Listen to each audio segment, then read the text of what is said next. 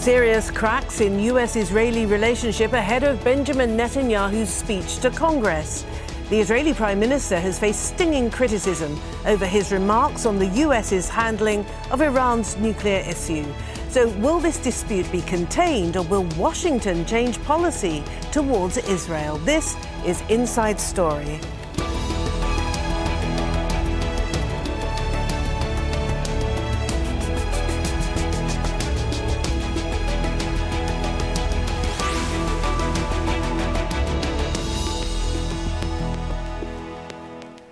Hello and welcome to the programme. I'm Martine Dennis. Now, we've all come to expect that the United States supports Israel no matter what. And that support has always come from both sides of the political aisle, Republicans and Democrats. But these days, it's no longer a sure thing. The Israeli Prime Minister, Benjamin Netanyahu, is to address the US Congress next week in a visit that has angered Democrats as well as the White House. Now, central to the deepening rift between Netanyahu and the US is the prospective deal the Americans and 5 other world powers are set to make with Iran on its nuclear program.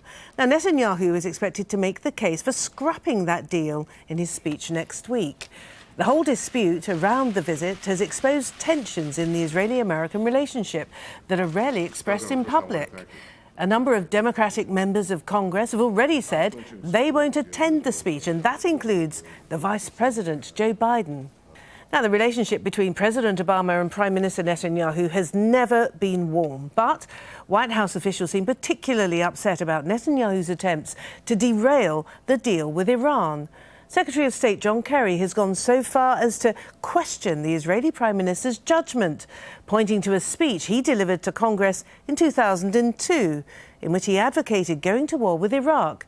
Kerry says, "The Prime Minister, as you will recall, was profoundly forward-leaning and outspoken about the importance of invading Iraq under George W. Bush, and we all know what happened with that decision." Well, it's not just John Kerry. The National Security Advisor, Susan Rice, she sees the visit as a threat to bipartisan support for Israel. The relationship between Israel as a country and the United States as a country has always been bipartisan.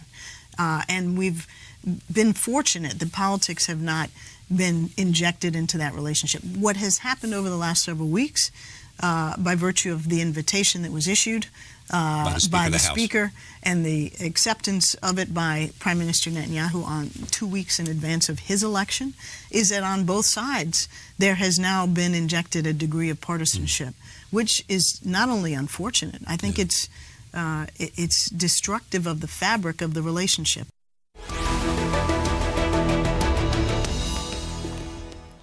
All right, let's bring in our guests now. Joining us from Jerusalem is Gil Hoffman, chief political correspondent for the Jerusalem Post. In Washington, D.C., we have Rebecca Abu-Shadid, a fellow at the Truman National Security Project. And in Tel Aviv, we have Akiva Eldar, a senior columnist for almonitor.com. Thank you all very much indeed for joining us. Can I start with you, Gil? And how does Prime Minister Netanyahu defend himself against the accusation that he has personally overseen the decline in the relationship between the United States and Israel to the detriment of Israeli interests? I can tell you, I spoke to Netanyahu a couple days after he received the invitation from the American Senate Majority Leader. He was misled by him. He really was told that this was an invitation from both Democrats and Republicans. Boehner himself admitted that this is what he told Netanyahu, that he deliberately misled him because he just didn't want Obama to get in the way of having Netanyahu speak there. So Netanyahu did not intend to get between the Democrats and the Republicans. And when you say that there's a problem between Israel and America or between Netanyahu and America on Iran, it's simply not true. Can I just pull you? And Obama. Can I pull you back to Can I pull you back to your first point, please, Gil? Because if there was a genuine misunderstanding between John Boehner, the Speaker of the House, and Mr. Netanyahu, if Mr. Netanyahu feels that he's been misled, why doesn't he politely decline and not make the address to Congress? Because Netanyahu believes that he and only he can convince the world to do what's necessary to prevent the nuclearization of Iran and keep the world safe. You can call it a Messiah complex, call it what you will. The man has been working on this issue since 1996. If you go back to his speech to Congress in 1996 and read what he said, it looks like he said it yesterday. And so he's determined. Obviously, there's internal political reasons, too. And it helps him out politically to go to Washington 2 weeks before an election, but it's not only that. Okay, it's also Gil, that he genuinely believes that he and only he can do it. All right, let's leave that for now, and let's bring in our other guests as well, because Rebecca in Washington, I'm particularly interested in finding out how big a breach of protocol is this then for John Boehner, clearly in a position of strength. It's a Republican-dominated Congress, extending the invitation to a head of government, a foreign head of government, without the consent of the White House, or the State Department for that matter. Thanks, Martine. I mean, when the invitation came out and it was known, which happened right after Obama gave his State of the Union, even commentary across the political spectrum was there was a consensus that said that this was a breach of protocol and that this was disrespectful to the U.S. president. And this also puts congressional Democrats in a very difficult position, because Netanyahu is clearly injecting himself into American politics in a very partisan way.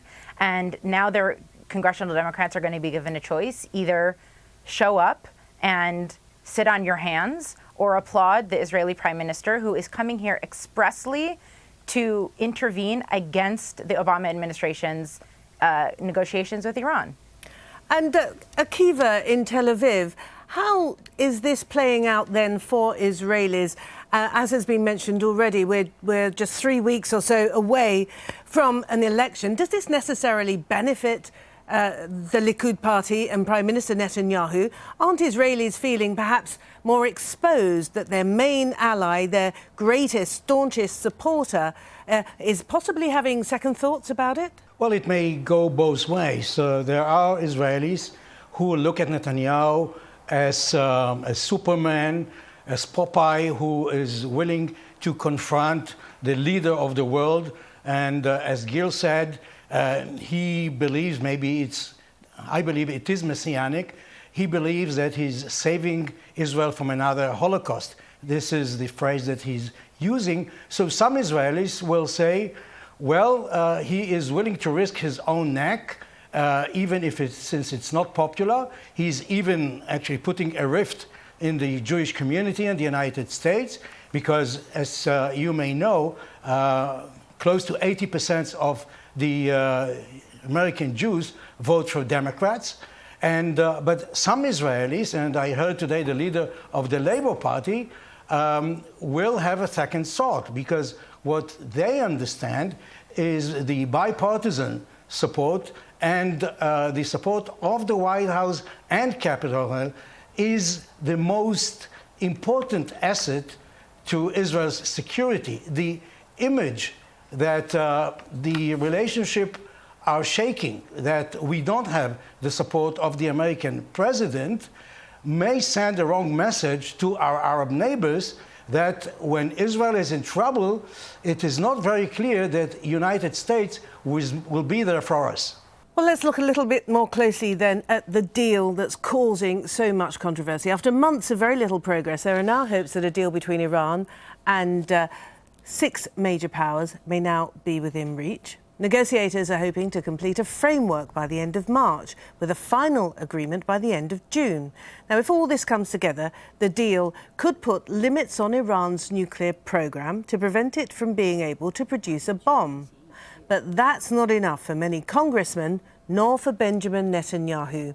He wants a complete dismantlement of the Iranian nuclear program, famously presenting to the UN General Assembly in 2012 what he said was evidence that Tehran was only a year away from constructing a nuclear weapon. Well, to add to all of this, documents obtained by Al Jazeera show that Israel's intelligence agency Mossad disagreed with the Prime Minister.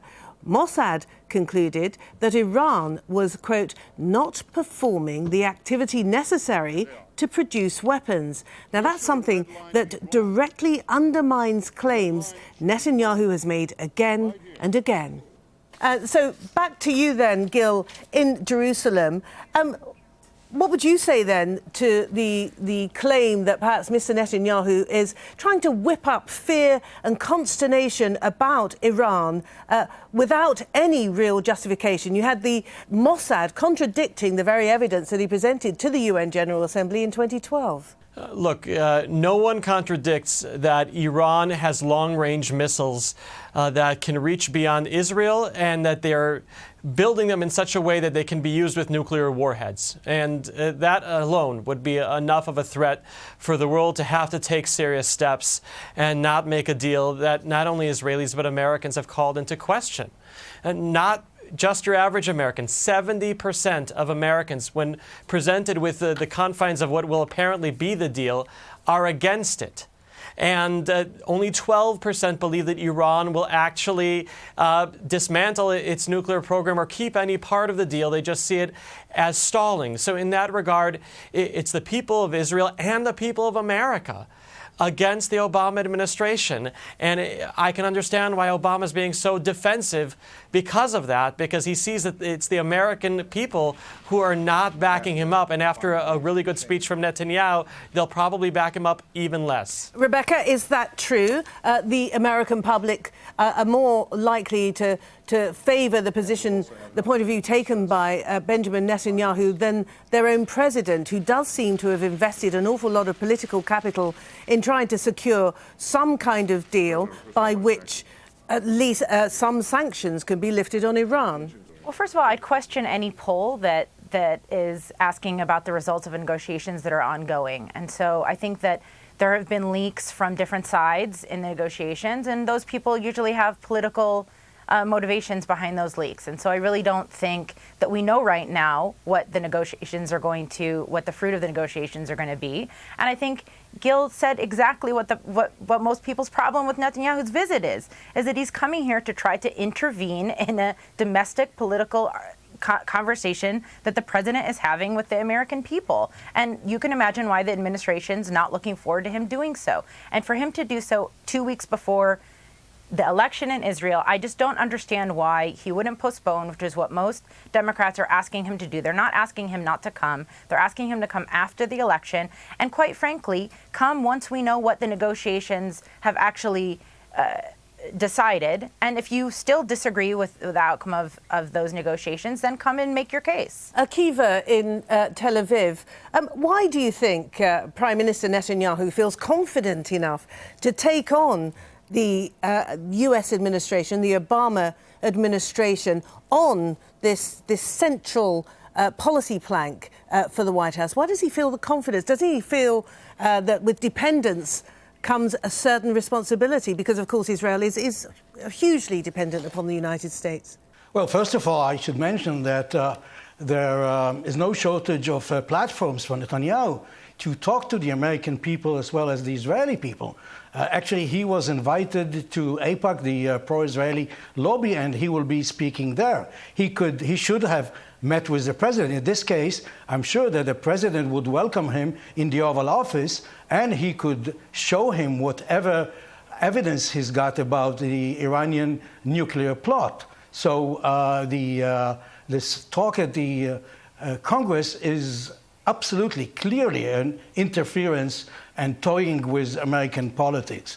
But I really believe that Netanyahu is determined to stop the Iranian nuclear program. But the way he's doing it is doing right the opposite, because this becomes a zero-sum game between Israel and Iran. It becomes a matter of humiliation of Iran if they will accept Netanyahu's conditions. And if you want to stop them, you should talk to the 5+1, the superpowers, do it in the right way and not using this as a platform for the elections campaign. So this is what many Israelis are asking themselves. Why does Netanyahu have to go all the way to Congress? You know, I want to read to you just a few lines from the speech he gave in May 2011 to Congress. He said, all right, just a "You've few been lines. very generous in giving us tools to do the job." Yeah, to do the job of defending Israel on our own. Thank you all, and thank you, President Obama, for your steadfast commitment to Israel's security. Now, isn't this enough? What else does he have to say this time? Gil, in Jerusalem, isn't Prime Minister Netanyahu playing fast and loose with the only relationship that really matters to Israel? And isn't this music to the ears, then, of the opposition as they line up for the election, as I say, in 3 weeks or so time? And surely this is a policy that can't win for Netanyahu, so he's shooting himself in the foot. Actually, no. You know, I'm following this election very closely, writing 4 or 5 articles a day for the Jerusalem Post. And the opposition to Netanyahu does not want this election to be about Iran. That's viewed as Netanyahu's strong suit. Israelis trust Netanyahu and only Netanyahu with their security. None of them can compete with him on that. They want the election to be about the economy, where Netanyahu is vulnerable. And in the past, when there's been an American president who Israelis see as on their side, and they've had a dispute between the President of the United States and the Prime Minister of Israel, Israelis sided with the leader of the free world. They've thought there must be something wrong with us in Israel. But when there's an American president who, rightly or wrongly, is seen as hostile to them, and that's what all the polls with Barack Obama have shown, when he has criticized Israel, especially when it's been on consensus issues. And sorry, Akiva, you were saying? When he criticizes...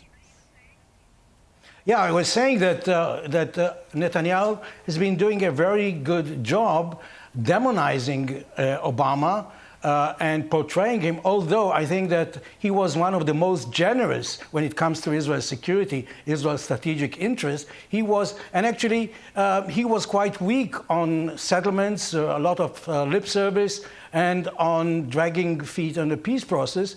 And what he got in return is smearing him. And I would add to the discussion the name Sheldon Adelson, who owns Bibi Netanyahu. Okay, Rebecca, in Washington. Could I move this on now to Rebecca in Washington, because I was gonna ask you whether this is a case of the chemistry just not being right. They didn't hit it off from day one, did they? Obama and Netanyahu. Have they allowed their lack of personal chemistry to get in the way and to heed this, as I keep pointing out, this key relationship between two countries? So, I mean, President Obama is not the first U.S. president that Netanyahu didn't get along with. He also didn't have an incredibly warm relationship with President Clinton.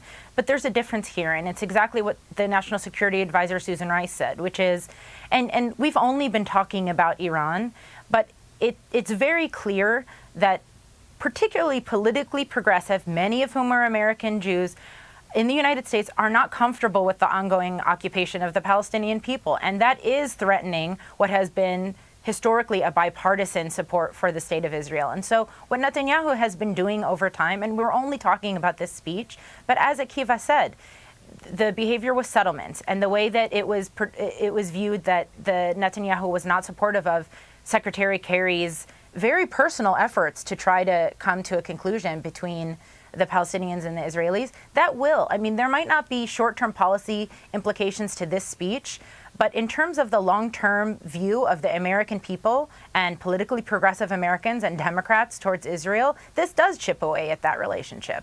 And Gil, so it seems as though Mr. Netanyahu is guilty or is responsible for a policy failure, because this is not going to work for the Israeli people, is it? No, I disagree. Netanyahu is going to do whatever is possible to prevent the nuclearization of Iran. Congress is the last place where Barack Obama can be stopped for making a deal that's bad for America, bad for Israel, and bad for the world. Congress can stop him. This is the battlefield, and Netanyahu feels he has to be there on the battlefield.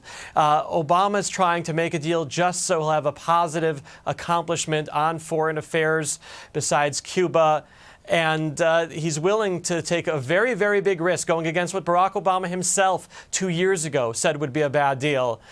Only Netanyahu can stop Barack Obama from making this bad deal. And in the end, if he does, it will be good for Barack Obama's legacy, because if not, then Iran will get nuclear weapons and the world won't forgive Barack Obama for it in hindsight. Is Mr. Netanyahu, assuming that this address to Congress goes ahead, is he going to make any mention of the conflict with the Palestinians? Is he going to make any mention of that at all? I'm not aware of what's going to be in his speech. I would doubt it. The focus is on Iran. Whenever there's any other issue, he really changes the focus. Had there been a Palestinian partner ready to make a deal right now with him, instead of going to the international community and trying to get some kind of solution forced upon Israel, then perhaps it would be more relevant. I wish the Palestinians were there at the table ready to talk to Israel. Akiva, I saw you nodding your head, and you, Rebecca, as well. But Akiva, first to you in Tel Aviv. Can any Israeli Prime Minister ever consider the occupation of Palestinian territory as not relevant?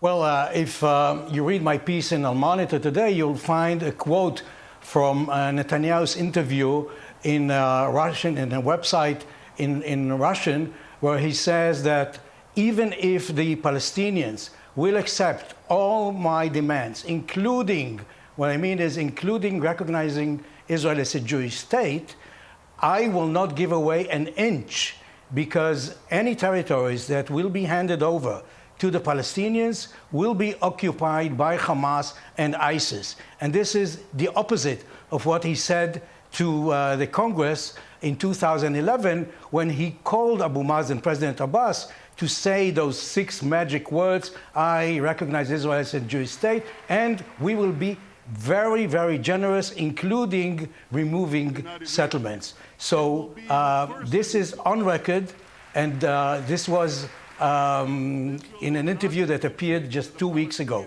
So if he goes to Congress, he will have to reveal, I think that he owes it to the Israeli people and to the American people, to say if there is any change. I mean, perhaps he changed his mind. This is fair enough. But I think that transparency is very, very important now, a few weeks before the elections in Israel. And Rebecca, to you in Washington, D.C., where does all this leave President Obama himself? Of course, I mean, he is widely perceived to be in his lame duck final years with a hostile Congress.